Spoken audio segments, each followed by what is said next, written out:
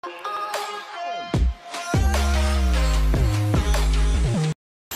Shiny viewers, I am DS, your psychologist. Hi, I'm Paul, a psychology student. And our topic for today is how we get back at those who don't like us. Why you laugh? Nothing. Do you have a way to get back at people that that don't like you? Don't like me? Yeah. Actually, I don't really care. Don't like me. Actually, I also don't care. I think subconsciously I always engage in this strategy that I think can make those people who don't like me angrier. Okay. Have you heard of this psychological tactic known as relative deprivation? No.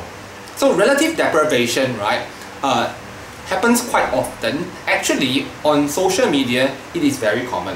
You keep posting posts saying how good you are. You show, let's say couples, they like to show how lovey-dovey they and their boyfriend or girlfriend are.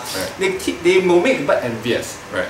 Correct? So because you don't have what they have, so relatively you feel deprived. This is known as the phenomenon of relative deprivation.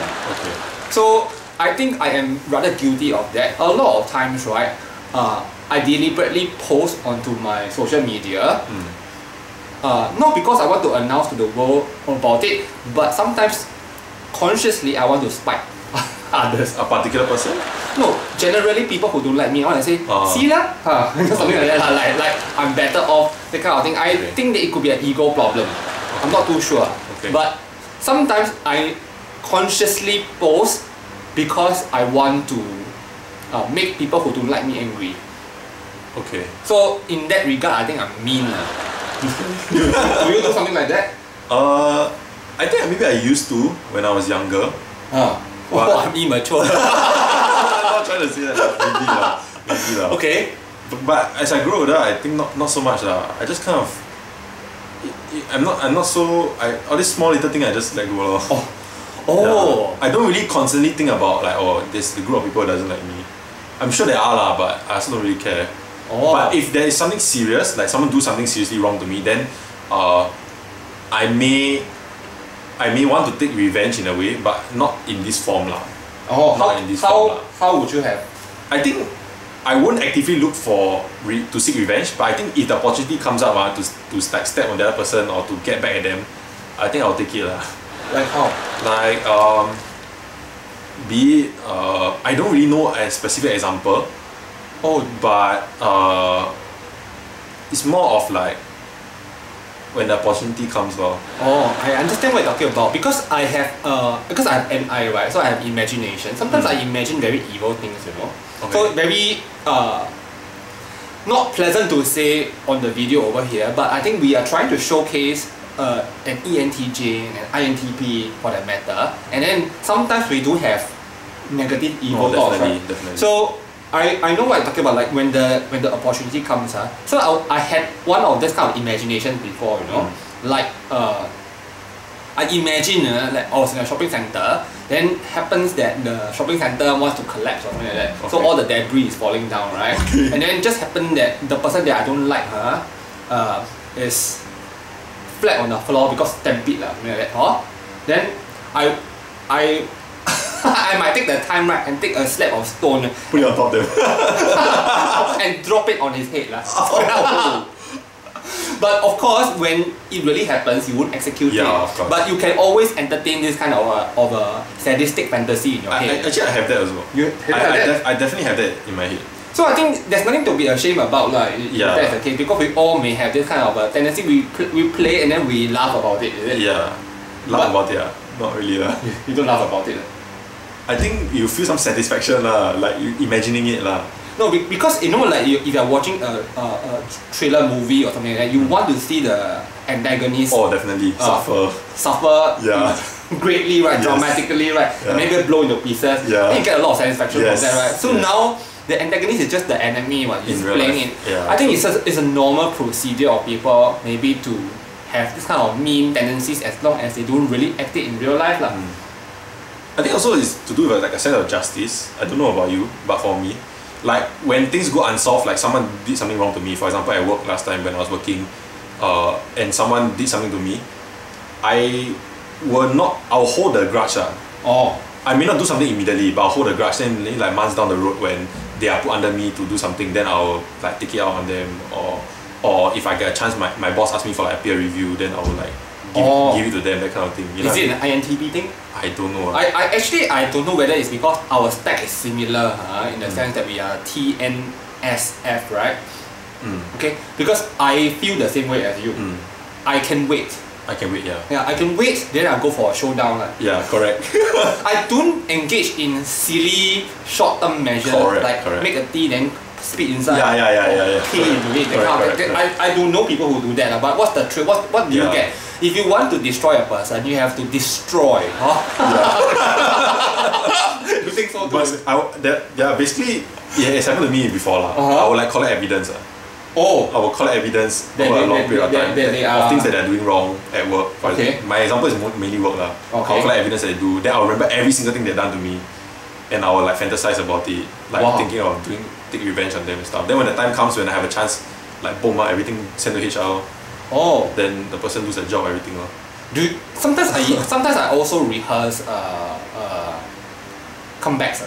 I also rehearse things inside my head. In the event that something happens, I can just spit it out. Right. And they could be quite mean things, Yeah.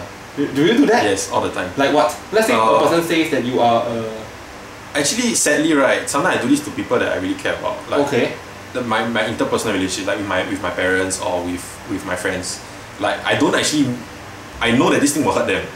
This particular thing. That like something they told me in private. Then when I'm really angry with them, or like maybe I've like been harboring this resentment over something they said or something they did to me, I will hold it for like a few weeks. Then it gets worse and worse and worse. Then one time when they say something to me, then I'll automatically have that one line to shoot at them. Like it's ammunition. Can you tell me something like that? What is one such line? Off the top of my head, I cannot really think. But usually it's very personal. Yeah. Actually, I stumble a lot when I get agitated or when I get excited. So even the things that I rehearse, I don't even have the confidence that I can actually throw them all out coherently. Even if I were to say, let's say for example, I have comebacks for if people call me a bitch lah, if people say F your mother lah, all these things, right? I will know what to reply. Like for example, let's say a person say F your mother. Actually, I'm not offended because it doesn't matter because they are not really doing it, correct? But then my comeback is, such an old woman you also want to F. You got such a bad taste, No wonder you're not successful in life. Something like that. Okay. I think a bit different. You are going to be... Mine is way more personal. Yeah, mine is more of the personal route. Like I will take something they said in the past. Then I'll use it against them. Something like that. Yeah. Something's a bit different. Very different. Because yours is to you are collecting things about the people that you know. Mine is actually howling at people who don't matter to me. They could be strangers. Like say for example, somebody jumped the queue, then they refuse to go back. And I say you jumped the queue. Then they say your problem something like that. Then after that I will know what to say to this random stranger You don't have this kind of... These things don't bother me. That's why. I don't know if I'm a pushover or what. But if people cut my queue, honestly I'll just like okay. Like recently I learned to drive, so there are, road users sometimes can be very inconsiderate, but these kind of small things, if they're strangers, normally doesn't really affect me. I get really angry and upset when it's personal things, especially if people I care about. So if somebody hurt someone I care about, then that will get me really angry, then I will go and... That's why actually what happened at work with a lot of the work incidences, didn't happen to me personally.